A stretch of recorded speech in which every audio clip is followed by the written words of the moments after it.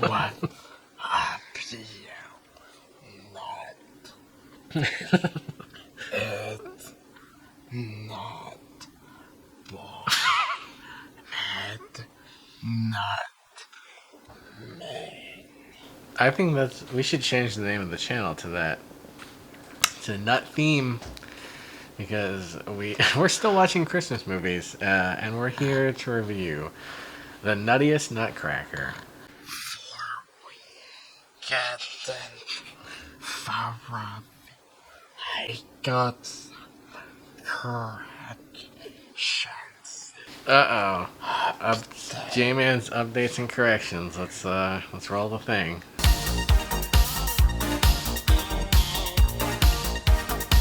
And last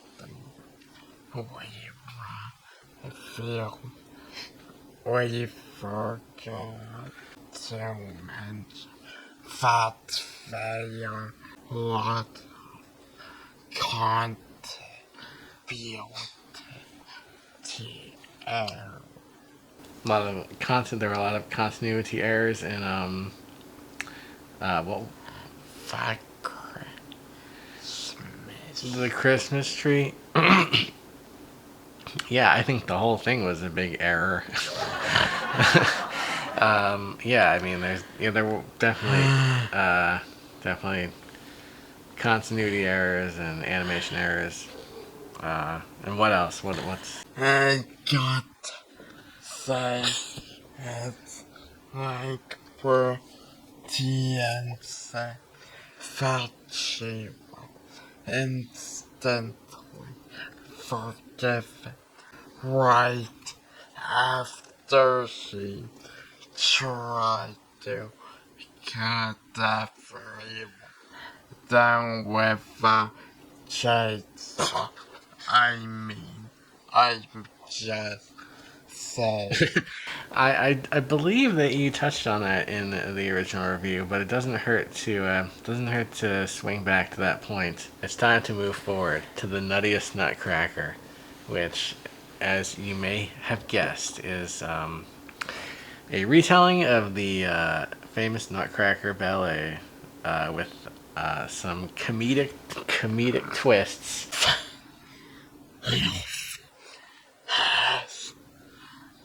Great voice. Oh yeah, there's a real murderer's row of voice actors in The Nuttiest Nutcracker, including, but not limited to, Jim Belushi, Phyllis Diller, and I may be saying this person's name wrong. Is it Debbie Gary Berry? A voice. Jim. Jimmy Neutron. Here's your pizza. The pizza is aggressive. You all remember Jimmy Neutron. I'm not going to sit here and lie to you. We're not super familiar with the Nutcracker ballet and every single character and piece of the story. However, I am relatively certain that the original does not contain. Oh man, why don't we do something to help that kid? Come on! It's academic, my macadamian friend. The girl is a human, and you are plain nuts. As you know, I love chaos. Yeah, there's definitely a lot. This is definitely very chaotic. It starts out normally like the Nutcracker, where it's the kids are waiting for their parents to come home, and the uncle is like, "I have toys for you." Then it's just like we cut to this bowl of nuts that's talking and being, oh, there's a nut that sounds like Groucho Marx. There's a nut that's like a Confederate soldier. There's a Jamaican nut, like with dreadlocks and wearing a Rasta hat. You know. There's one joke that was stolen from the great master Yeah, that's right. That's right. In the I think if you remember the Great Mouse Detective, Vincent Price plays Ratigan, and he is very offended when people call him a rat, and he insists that he's a mouse. I believe that's a joke. They do the same thing here with the evil rat. He's like, "Don't call me a rat. I'm a mouse." That rat is voiced by Jim Belushi, and I will say Jim Belushi, Phyllis Diller, Cheech Marin, and they all do a great job. I think it's kind of a stupid, crude. Like, there's a lot of farting, which, you know, I think we entered this like we're gonna make fun of this thing, but you were really laughing. You were genuinely laughing at all the fart jokes, which is fine. I think the real issue with this is I think even the animation of the nuts is pretty good, but the animation of the humans and the Nutcracker look awful. They look like those animated Barbie movies, which I know we've never seen, but I've seen photos of them or like trailers of where it looks like they just like tried to like animate plastic, if that makes any sense, or they're like drawing like an animated piece of plastic. Are we excited about our wedding today? Why wouldn't we be? After all, soon I will be the Rat Queen. Mouse! Mouse! Mouse! I'm a mouse! Whatever. Why it was Fajame cannot sing a gospel song. Well, why was anybody singing a gospel?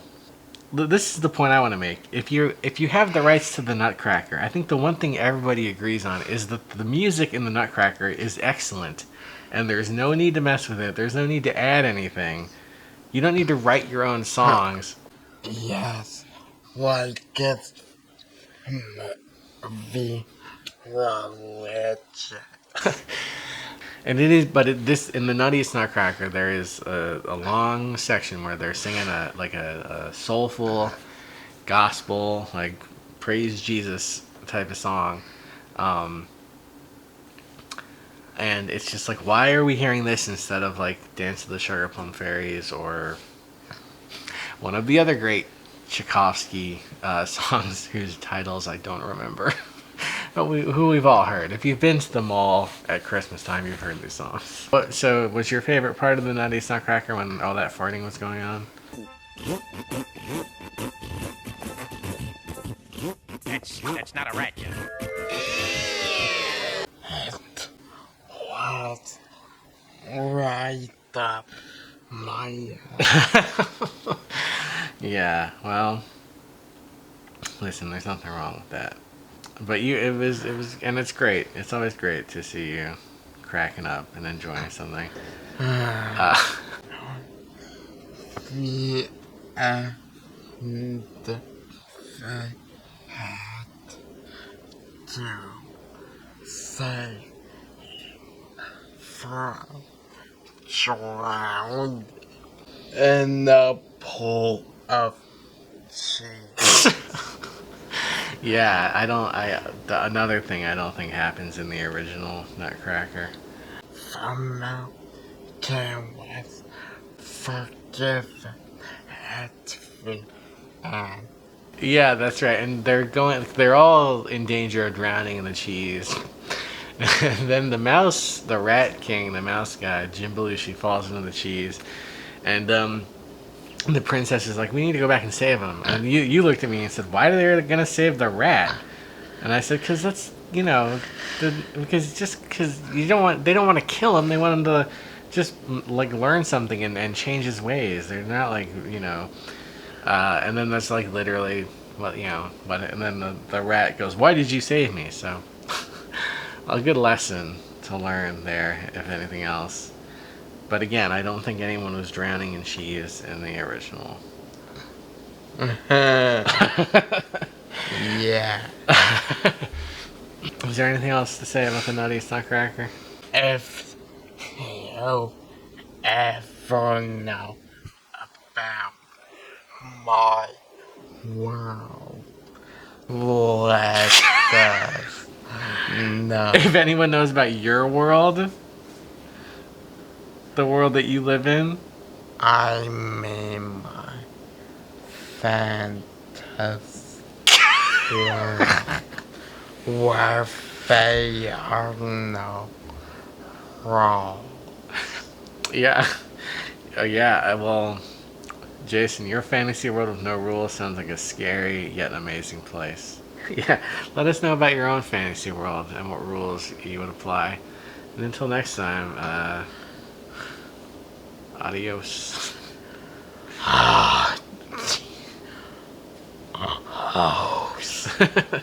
Where is she? Well, there is word, sir, that she heads to the Christmas kingdom in the company of the prince. She's with Nut Boy.